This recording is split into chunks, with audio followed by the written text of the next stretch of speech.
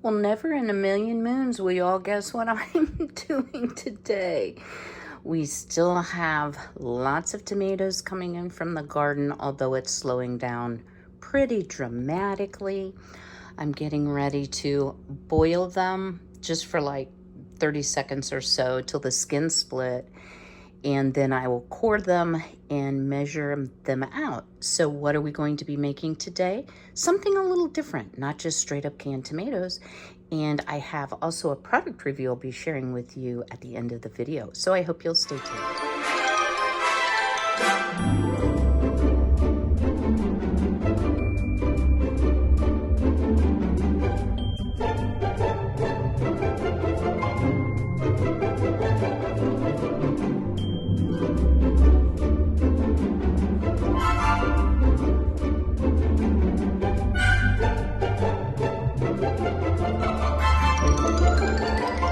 YouTube friends and family to today's edition of the Wellness Homesteader. You're never going to believe what we're going to do today. As it has in many previous videos, it's going to involve tomatoes and canning, but this is a little bit different.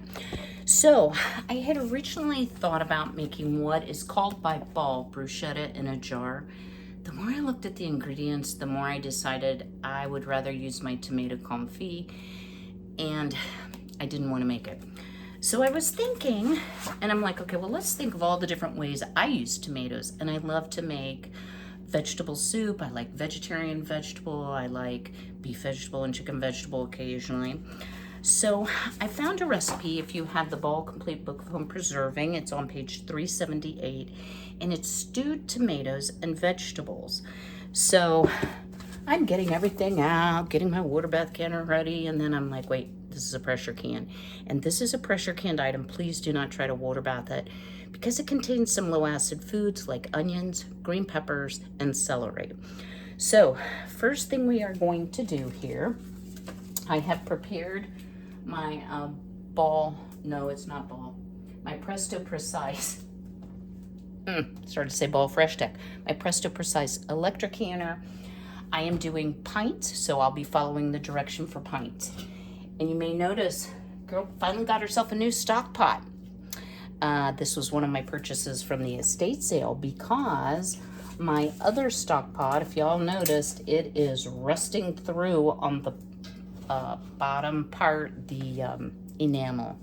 So first thing we need, I know this is going to shock you, is 16 cups of tomatoes. So I have dipped them in boiling water, removed the skins, any unsightly places, and cores. So let me go ahead and turn this on. And to that, we're going to add a cup of chopped celery, half a cup of onion, and a quarter cup of seeded green bell pepper.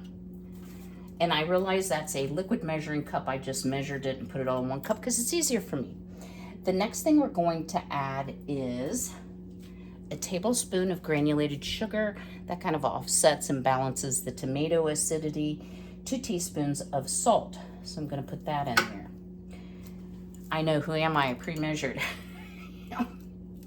Y'all, it's late for me. It's 10:22. Yesterday, I filmed a video, which you would have seen on Thursday, and I was under the weather, guys. I don't like to think of myself as the wellness homesteader being sick, and I didn't really feel sick. I just didn't feel well, if that makes sense. So this looks gorgeous, but I thought this will make a perfect vegetable soup starter. Why not?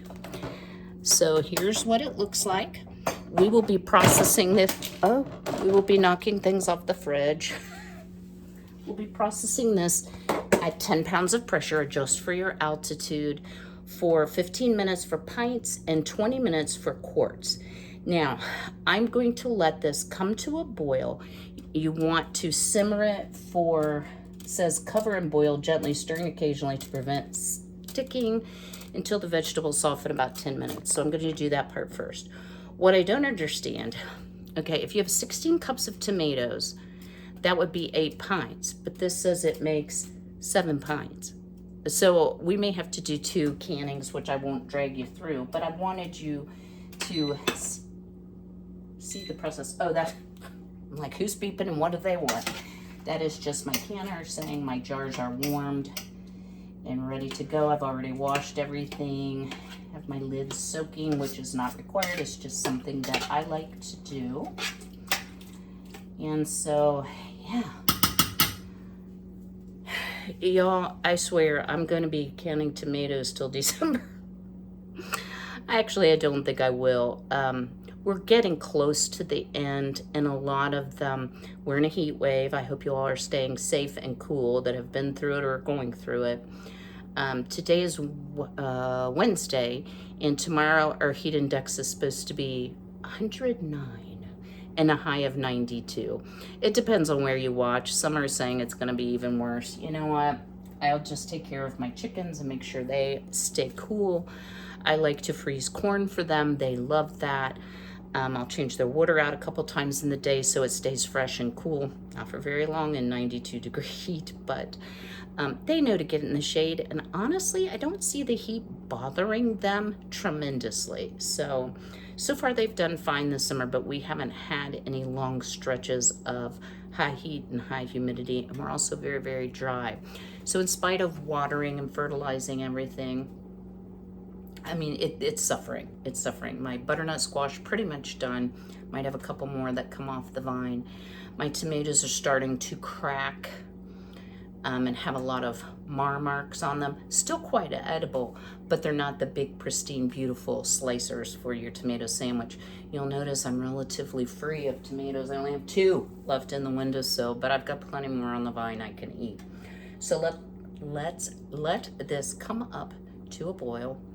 It's getting there, and simmer until everything is soft. And I'm going to kind of break up the tomatoes, but I think this will make a perfect vegetable soup starter. Then you can add whatever you have on hand. You could put carrots or green beans or whatever you like in your soup. If you have some leftover roast beef or chicken that you want to use up, you can add it to a can of this, throw in some frozen or canned vegetables, whatever you happen to have on hand. These type meals, being primarily an ingredient canner and not a sauce or a mixture canner, I have found that I really enjoy. So I won't need to can tomatoes next year, y'all. I won't. Unless I have tomato palooza all winter, or I'm excessive in my giving, which there is no such thing. So I'm super happy to have my 16-quart stainless steel pot. I don't have to worry about it contaminating my food or being a problem. So I'm gonna let this cook. I'll bring you back when we're ready to jar up, because we have one more ingredient we have to add to our jars before we fill them, wipe the rims, etc. I'll see you real soon. All right, y'all, we're ready to start our canning. So, those jars are hot. So if you are using pints, you wanna add a 1/4 teaspoon of citric acid. Quarts would be 1/2. The recipe also gives directions for lemon juice. Let me tell you those really quick in case that's your preference. Wait for it.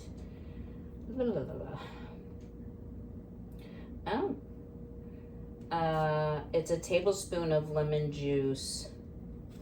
And it also says add a 1/4 teaspoon of salt. So let me grab that. I used to read the directions. I assumed that because we put salt in the item, we didn't need to add it to the jar, but we will add it.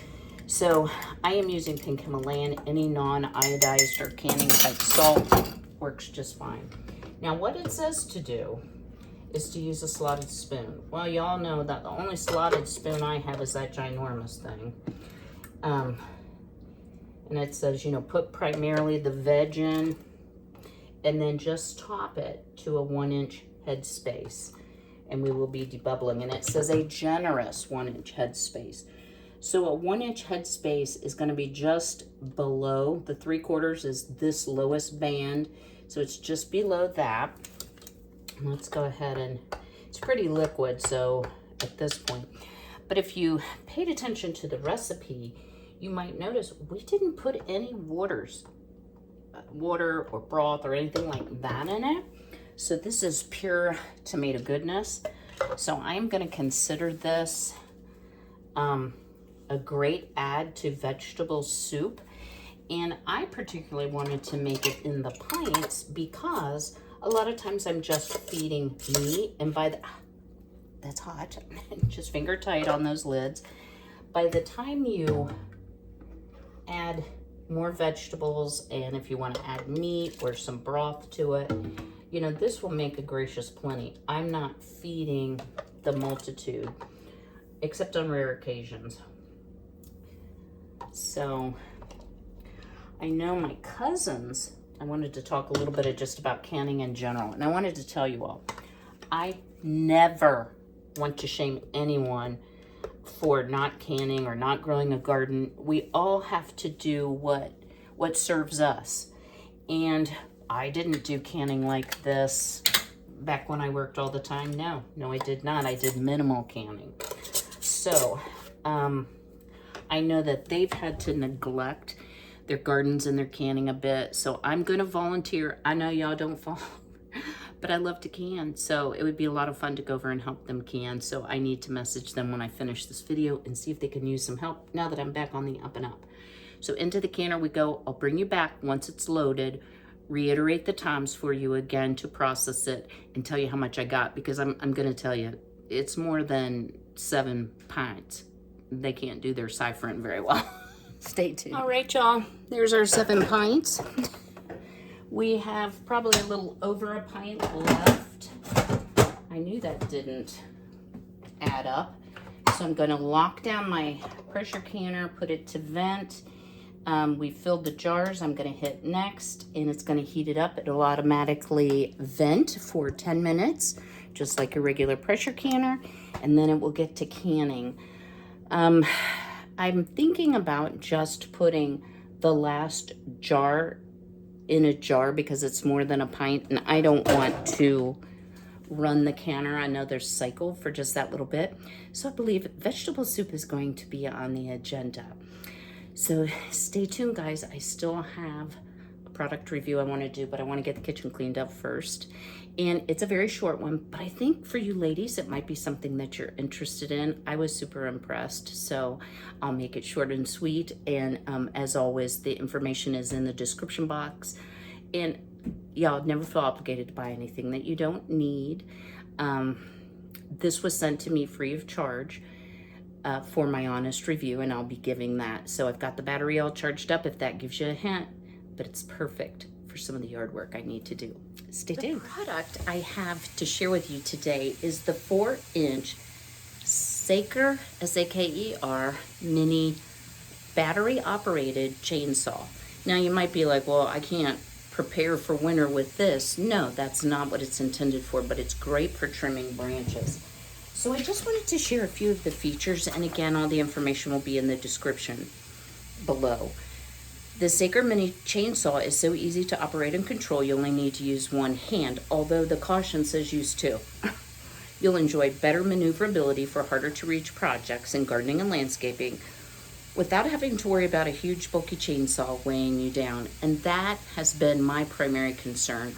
Also, with my back issues, pull starting is difficult for me. That's why over 64,000 customers have fallen in love with yard work. I think that might be a stretch. Making it easy and fun. So let me share some of the features with you. I need to turn the canner over. Hold on. It has an ultra efficient motor. Pure copper motor is better at dissipating heat and takes about 10 seconds to cut a 15 centimeter diameter log, which would be about that big, which is pretty good size. Rugged design, the hardened guide chain and thickened dust baffle over the saw makes cutting faster, cleaner, and more powerful. Up to 4 hours of cut time. And I think that's really important, because if you're out trimming like some low branches off of a tree, you don't want to have to stop because your battery ran down. So it's a 20 volt, 1500 megahertz rechargeable lithium battery, lasts up to 2 hours of continuous use and 4 hours of intermittent. It's compact and lightweight, comes in at just 4 inches in length and weighs just 1.1 kilogram. There's 2.2 pounds in a kilogram, guys. It's super light. And it fits in your hand. So there's a 30-day money-back guarantee. Again, go in the description box below. So I have the smaller one. The first thing you need to do, it comes with the charging cord, is charge your battery. And I apologize about all the noise in the background. We're going to just slide this on. Now, before you actually use it, and you do want to make sure that it's turned off, there is a safety button you have to push before you pull the trigger. It has the blade guard, which is also good for safety. You oil the whole chain, and it comes with the oil, which I've thought 3 times. Why are my eye drops downstairs? I hope y'all are laughing with me. But let's see here. Sounds powerful. I've got a butterfly bush. Let's go out front and let me see if I can make some short work of this. I'm gonna have to prop up the camera, so maybe this will be the amusing part. But guys, I needed this really badly. I also have weeping cherry trees that I have some branches that are like eye catchers when you go by that need to be cut off. And they're so big around that I haven't been able to do it with just, in our family we called them wee-ee saws, like a hand saw, because it goes wee-ee when you saw. All right, let's go outside and see if we can do this while our canning is processing. All right, y'all, so here's my dead butterfly bush. And very carefully, uh-oh. Oops, I made the battery fall off. Okay, this is a poor demonstration. Let me start this over. Oh my gosh. All right, y'all, I'm gonna leave that piece in because you wanna make sure you snap that battery on till the latch latches. It does say if your chain is like vibrating a whole lot, it may need tightened. It comes with the tools to do so, but let's give this another try. Maybe I should start on a smaller one. What do you think? Yeah, let's try that till I'm used to it. Guys, it works like a charm. Clean cut. I might have started on too big of a branch, but that's kind of how I roll. It does talk about undercutting. I'm not an expert.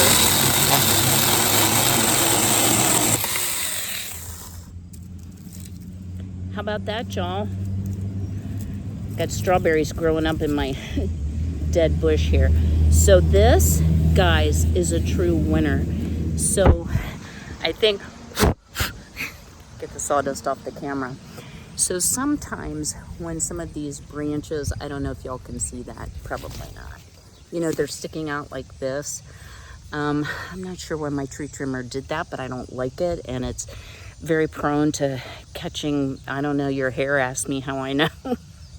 So I'm super impressed. I'm gonna finish cutting down this bush and then I'll bring you back and we will finish up our video on vegetable soup starter. I hope you'll stay tuned. Give you a final look.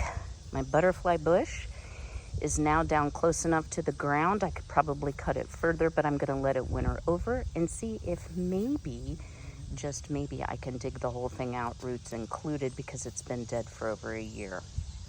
Really impressed with this little guy. Just a couple other points to share with you. So this is actually the manual.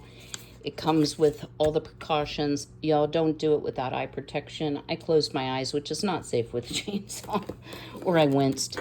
This is the set of tools that you need to adjust the chain.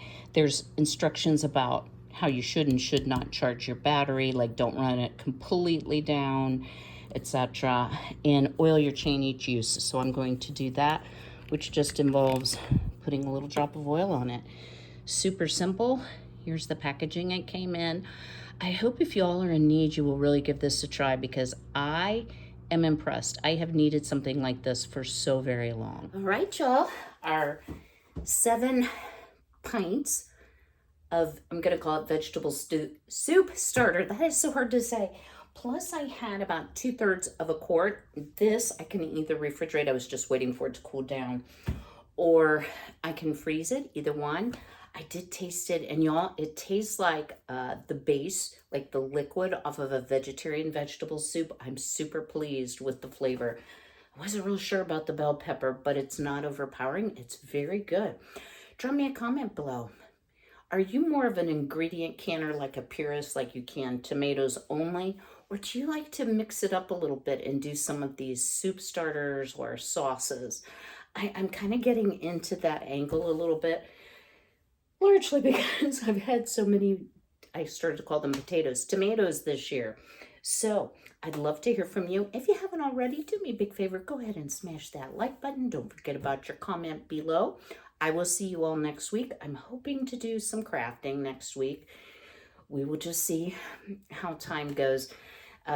With this heat wave, I just don't know. And I have an Azure pickup tomorrow where the heat index is supposed to be 109, but I'm sure I'll survive. I'm not sugar, I won't melt. That's what my daddy used to say. All right, y'all. I will see you very soon, but until then, be healthy, be well, be blessed. Take care.